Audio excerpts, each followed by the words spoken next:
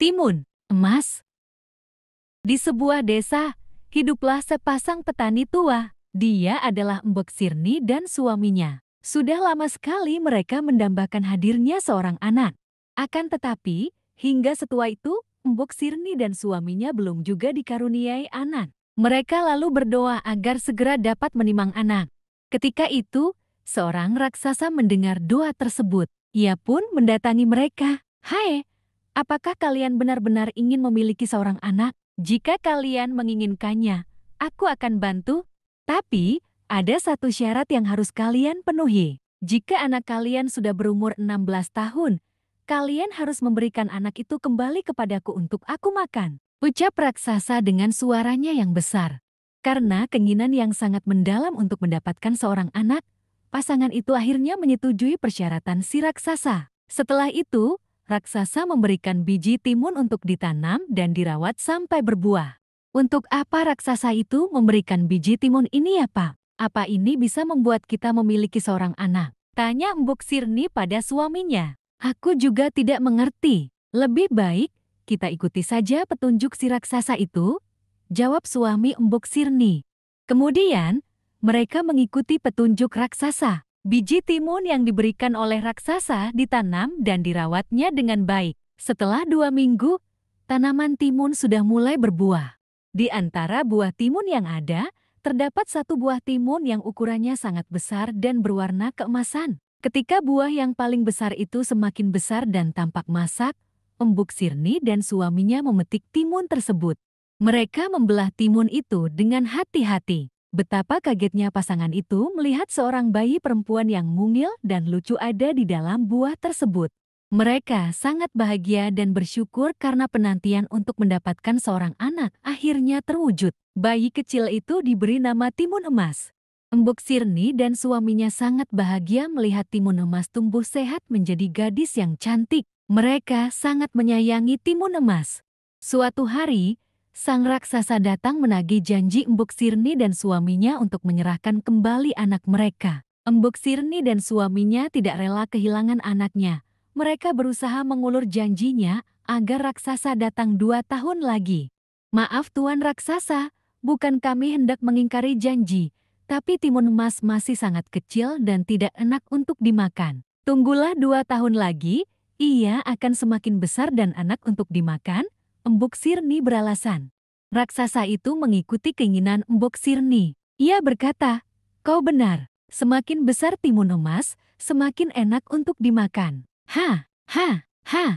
Hari demi hari berlalu, waktu yang dijanjikan semakin dekat. Mbok Sirni dan suaminya semakin tidak rela melepas timun emas. Mereka gelisah jika suatu hari raksasa akan datang kembali untuk mengambil anak kesayangannya.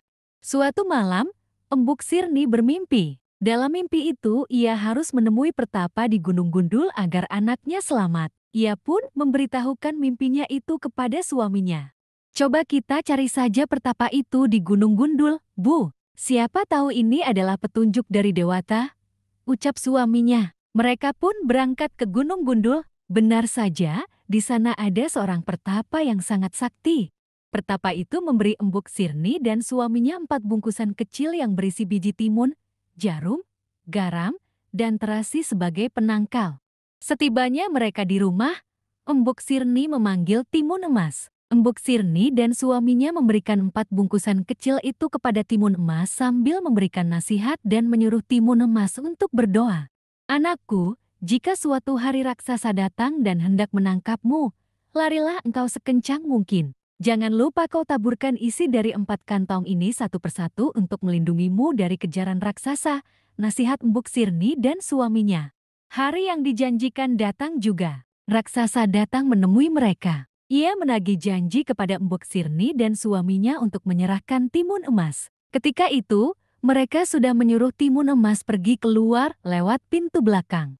"Hai petani, mana anakmu? Aku sudah tidak sabar untuk memakannya. Serahkan dia padaku," perintah raksasa. "Maaf Tuan Raksasa, timun emas sedang pergi bermain. Biar istriku pergi mencarinya," dalih suami Mbok Sirni.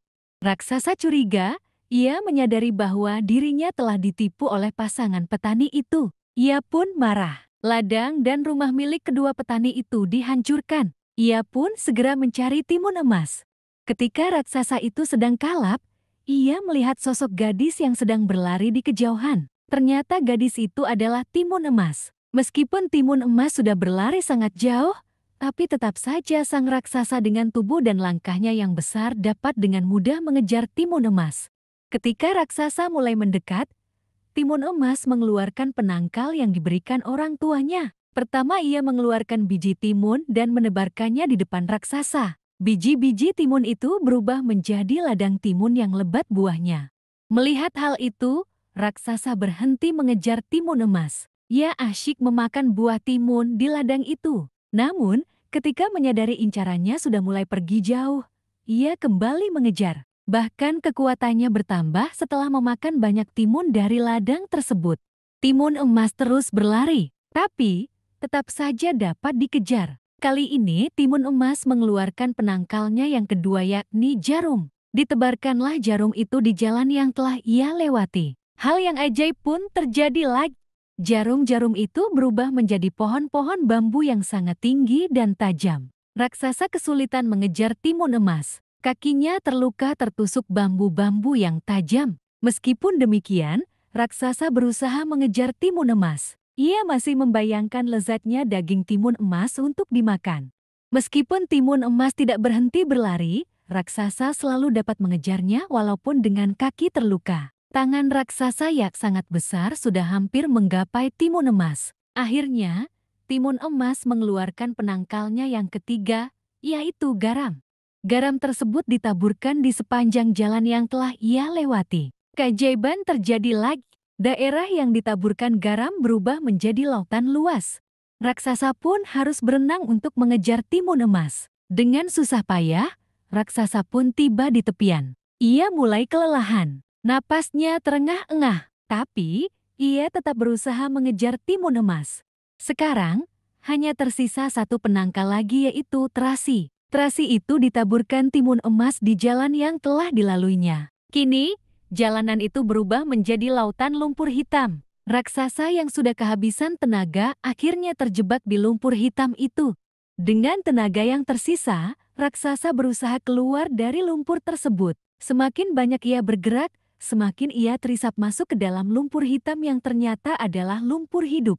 Akhirnya, raksasa itu mati tenggelam. Timun emas pun kembali ke rumahnya. Kedua orang tuanya sangat bahagia melihat timun emas datang dengan selamat. Kini, timun emas dan orang tuanya hidup dengan tenang dan bahagia. Pesan moral, berusahalah dan berdoalah jika sedang mendapatkan cobaan atau masalah. Sebab, masalah akan dapat terselesaikan dengan baik.